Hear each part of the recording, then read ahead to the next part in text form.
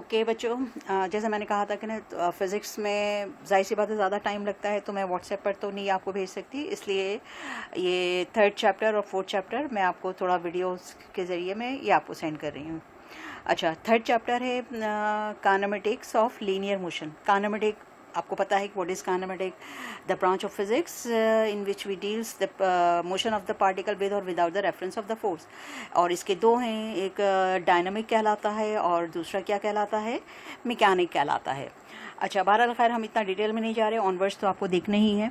अच्छा, अब सिर्फ मैं इसके इंपॉर्टेंट चीज़ें बता रही हूँ कि इस चैप्टर में आपके लिए क्या क्या इंपॉर्टेंट है जो 2020 पेपर में आ सकता है, राइट। तो लास्ट ईयर जो लीनियर, इसमें सबसे ज़्यादा तो इम्पॉर्टेंट आपको पता ही है कि लीनियर इक्वेशन ऑफ मोशन है, जिसमें first linear equation of motion जो है वो है V F is equal to we I plus A t, right. फिर उसके बाद second linear equation of motion है S is equal to we I T plus half A T square, और third है two A S is equal to V F square minus we I square. तो देखो, इस दफ़ा second या third में से कोई एक जो है आपको इक्वेशन दी जा सकती है ड्राइव करने के लिए।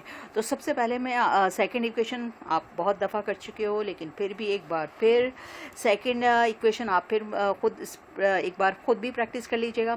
अच्छा, अब देखिए, सेकंड लीनियर इक्वेशन है हमारे पास s is equal to we I T plus half A T square. हम इसको ड्राइव करने जा रहे हैं।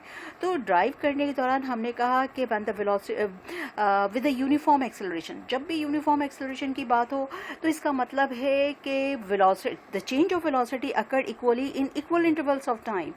यानी यूनिफॉर्म एक्सेलरेशन का मतलब है कि वेलोसिटी जो है यूनिफॉर्मली चेंज हो रही है वी आई से वी एफ में इन टाइम टी में।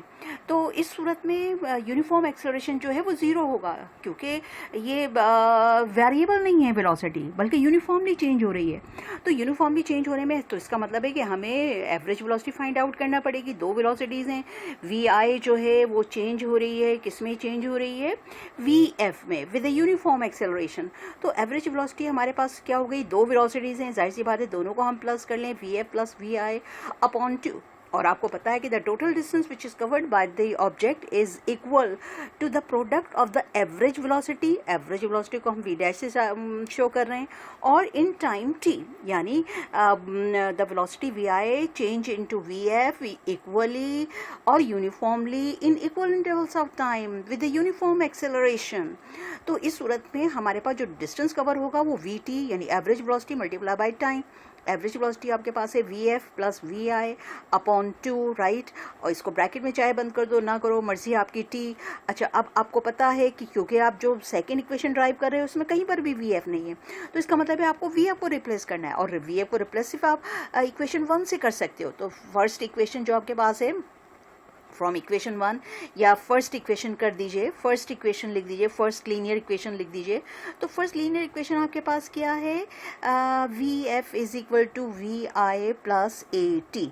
तो आप यहाँ पर इस इक्वेशन में इस वी एफ की जगह वी आई प्लस ए टी लिखिए, बाकी V I upon two multiply by T as it is रहेगा। तो देखिए, ये आपके पास हो जाएगा S is equal to S, as it is copy कर रहे हो, S as it is copy कर रहे हो।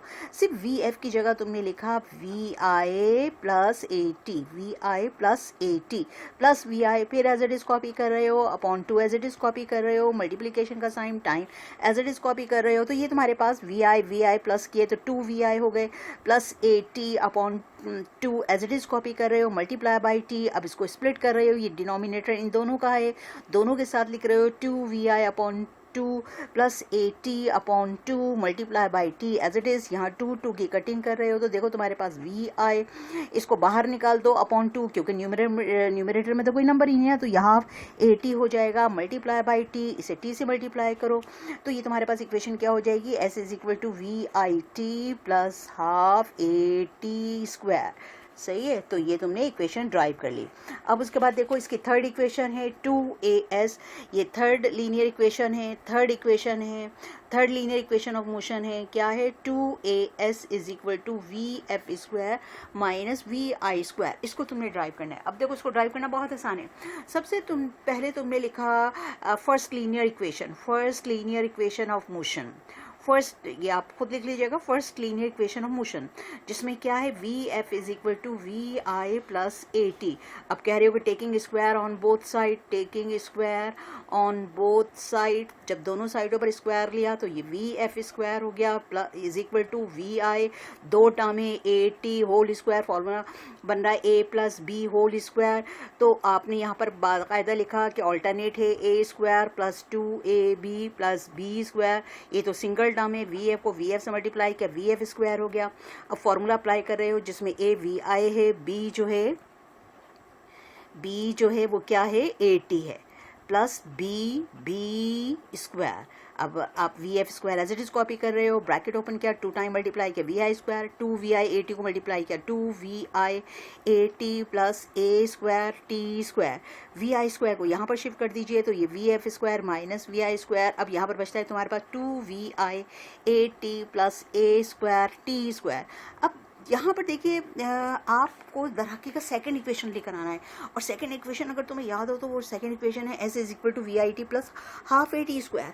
यानी इसका मतलब है 2a तुम कॉमन निकालोगे, तुमने 2a कॉमन निकाला, फर्स्ट टर्म में से 2a की कटिंग की तो वी आई टी बच गया, प्लस अब यहाँ तो 2 है ही नहीं ना, तो इसका मतलब 1 में से 2 निकालोगे तो हाफ आएगा ना, ए स्क्वायर में से एक a निकालोगे a और t square as it is आ गया।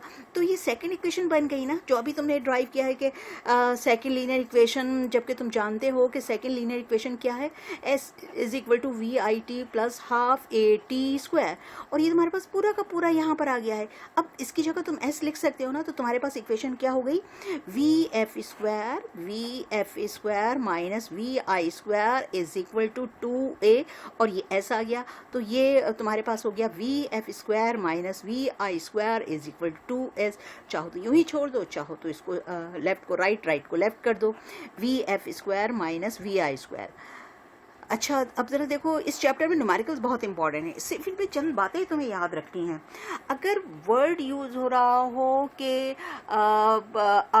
Stone is thrown vertically upward, stone thrown vertically upward, या खाली अपवर्ड का वर्ड यूज़ हो रहा हो, तो देखो जो डेटा तुम्हारे पास सिर्फ इस एक वर्ड से तुम्हारे पास रहेगा, एक वर्ड से तुम्हारे पास आएगा, वो होगा final velocity is equal to 0 और g is equal to minus 9.8 metre per second square.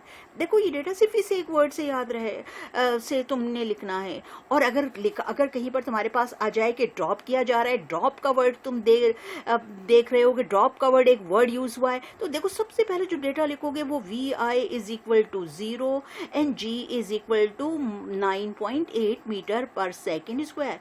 जब भी ड्रॉप का और अपवर्ड का वर्ड यूज किया जाएगा, इसका मतलब है फ्री फॉलिंग बॉडी, और फ्री फॉलिंग बॉडी में एक इसमें कन्वर्ट हो जाता है जी में। अगर तुम्हारे पास वर्ड आ जाए कैच, चाहे वो कोई बॉल कैच कर रहा हो या कोई बुक कैच कर रहा हो, जब भी कैच का वर्ड आ जाएगा तो याद रखो फाइनल वेलोसिटी जो है वो 0 होगी, और ए जो है वो रिटार्डेशन यानी नेगेटिव में होगा। या तो तुम्हें मालूम करना होगा या तुम्हें दिया गया होगा, जो कि तुम माइनस में लिख रहे होगे। जब भी ये मैंने जिस तरह से लिखा है ड्रॉप में और अपवर्ड में, जो अगर यहाँ ड्रॉप में कोई और वेलोसिटी दी गई है तो वो फाइनल वेलोसिटी होगी, अगर अपवर्ड में कोई वेलोसिटी दी गई है तो वो इनिशियल वेलोसिटी होगी। ये अगर तुम डेटा अपने दिमाग में रखोगे तो देखो कभी तुम्हें न्यूमेरिकल करने में यकीनन कोई प्रॉब्लम नहीं होगा। ओके बाय, अल्लाह हाफिज़।